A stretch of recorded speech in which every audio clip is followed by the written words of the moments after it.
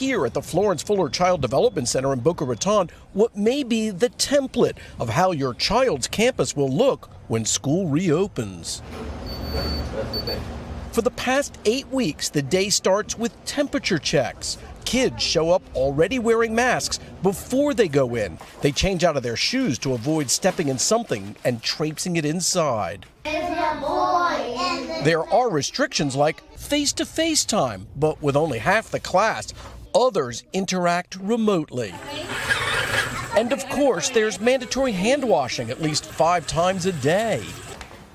Julie Herron, a teacher in Collier County, is preparing for students who choose to return for in-person instruction. How do you get your students to comply to these kind of regulations? I think it's going to be something that we're going to have to do in the beginning, daily, going over those rules and expectations and really explaining to them the why we're wearing them, to keep themselves safe, to keep their friends safe, to keep their teachers safe.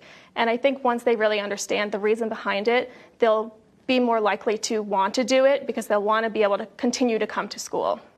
It's not just administrators and teachers making changes. Look beyond the walls, doors, and windows. The very blueprints of the school buildings are also in transition.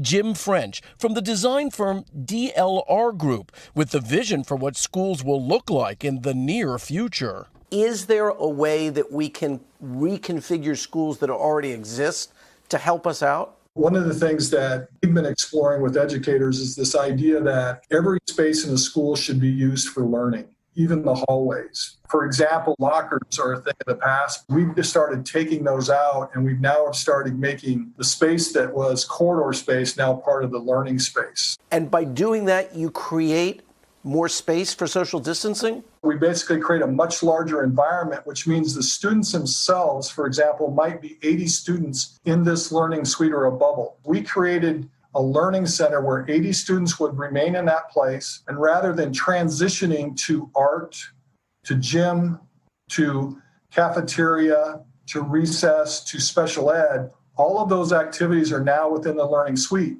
Unfortunately, as a result of coronavirus, we're seeing businesses go out of business, vacating spots that you suggest could be converted into schools? They actually represent spaces that we as architects can transform and modernize, fairly inexpensive, because they're big boxes. We can come in and create these big open bubbles, if you will, as we talked about earlier, that really serve school districts very, very well. The schools of the future, like so much, changing at an accelerated speed because of the pandemic.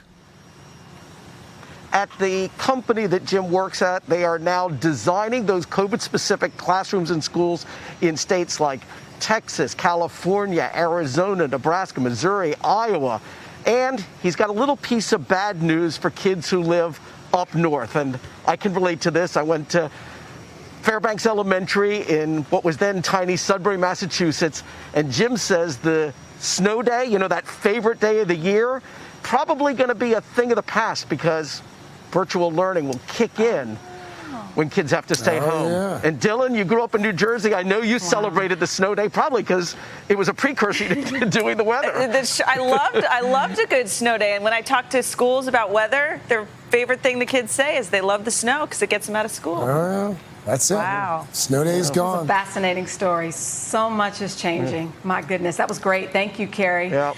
And don't forget, all week long, we're going to have special coverage of the return to school with our series Coronavirus and the Classroom, including a town hall on Wednesday afternoon in collaboration with Common Sense. You can watch that on today.com/allday or streaming on Peacock.